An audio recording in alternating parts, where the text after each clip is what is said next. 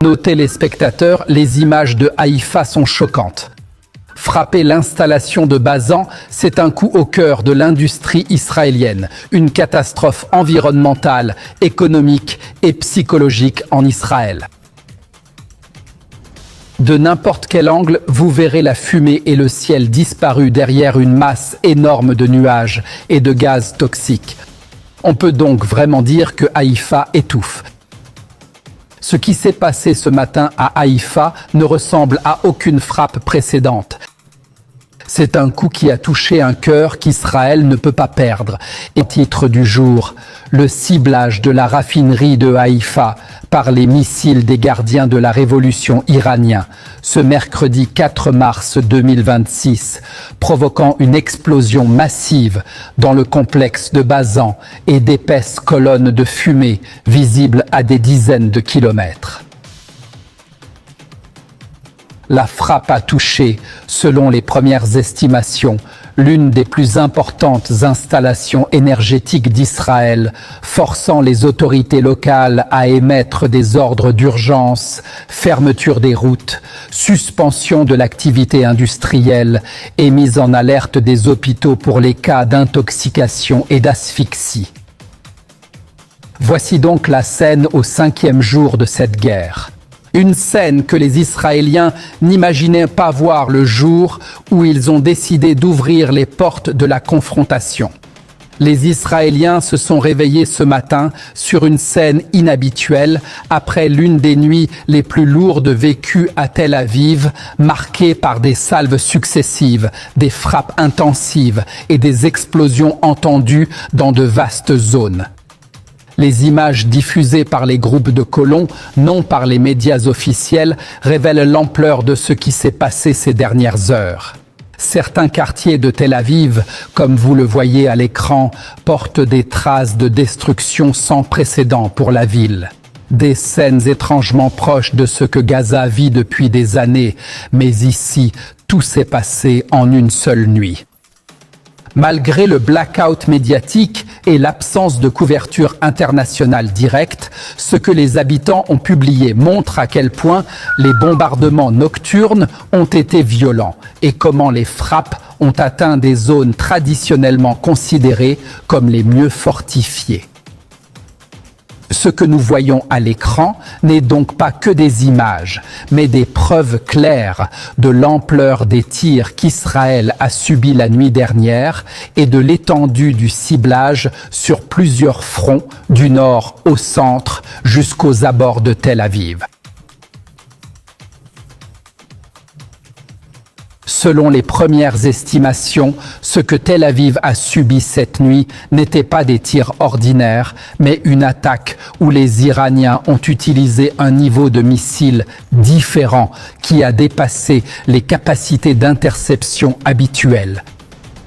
Même l'appareil sécuritaire israélien a indiqué que la dernière attaque était si sophistiquée qu'elle a débordé les systèmes de défense, les frappes atteignant des sites toujours décrits comme fortifiés. Ce qui explique bien sûr les scènes apparues ce matin dans plusieurs quartiers.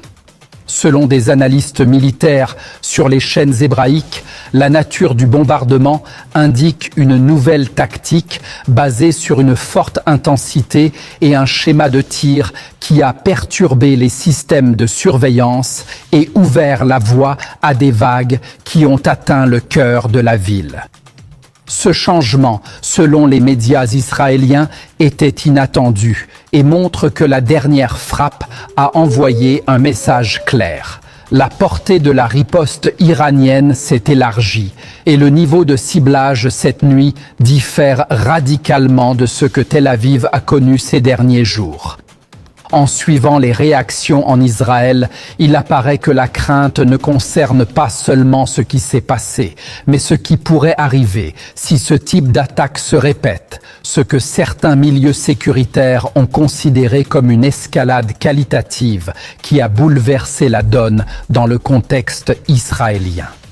Nous passons maintenant à ces images qui nous parviennent à l'instant, montrant ce que les gardiens de la révolution iranienne viennent de diffuser documentant le lancement d'un nouveau lot de drones ainsi que de missiles longue portée dans l'une des plus grandes opérations de tir depuis le début de l'escalade.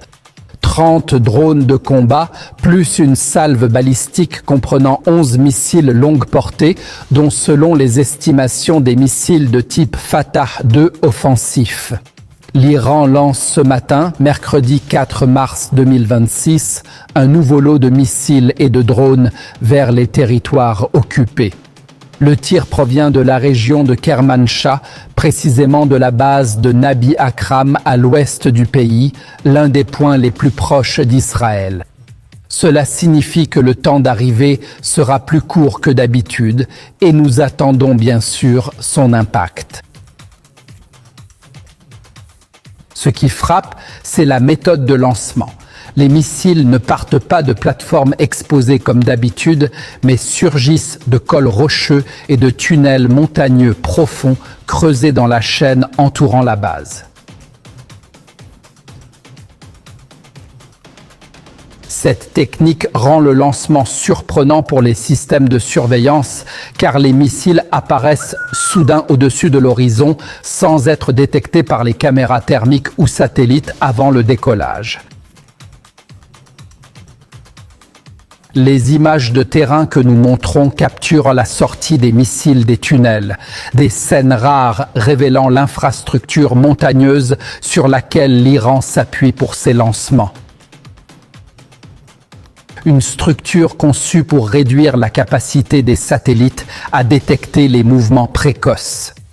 Selon la première lecture, nous assistons à un lancement massif incluant des dizaines de drones et missiles longue portée, une salve qui pourrait changer le niveau d'alerte israélien dans les heures à venir, d'autant qu'elle part d'une zone très proche du territoire israélien. Nous retournons maintenant à Haïfa, où les développements s'accélèrent de façon remarquable. La dernière nouvelle qui vient d'arriver. Il y a peu, des opérations de premiers secours se déroulent maintenant dans les abris eux-mêmes, suite à la fermeture de l'hôpital Rambam à la circulation normale.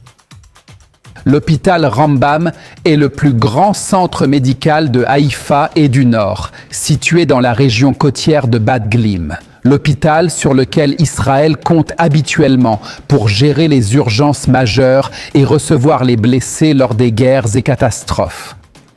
La fermeture, selon des sources médicales, est due aux vagues de fumée et gaz s'échappant de l'installation de Bazan et aux craintes de fuite de polluants vers les services d'urgence et de ventilation à l'intérieur du bâtiment. C'est pourquoi les abris se sont transformés en points de secours de terrain où se déroulent les premières interventions dans une scène que la ville n'avait jamais connue, même lors des précédentes escalades. Ce développement ajoute une nouvelle dimension à la situation à Haïfa, car il ne s'agit plus seulement de l'explosion d'une installation industrielle, mais de la capacité de la ville à continuer de gérer ses crises médicales alors que des panaches de fumée montent sans arrêt depuis des heures. Avec ces informations, il semble que Haïfa traverse maintenant l'une de ses journées les plus compliquées depuis le début de la guerre. Un jour où son plus grand centre médical est perturbé, les évacuations se déroulent dans les abris, tandis que les autorités poursuivent leurs efforts acharnés pour empêcher les fuites de gaz et leur propagation dans les quartiers voisins. Ainsi, entre une frappe qui a touché l'installation de Bazan ce matin, la fumée qui étouffe la baie de Haïfa depuis des heures et la fermeture d'urgence du plus grand centre médical du Nord, le tableau complet de ce qui se passe dans cette ville apparaît. Une image qui dit clairement qu'Haïfa vit aujourd'hui l'un des jours les plus durs de la guerre.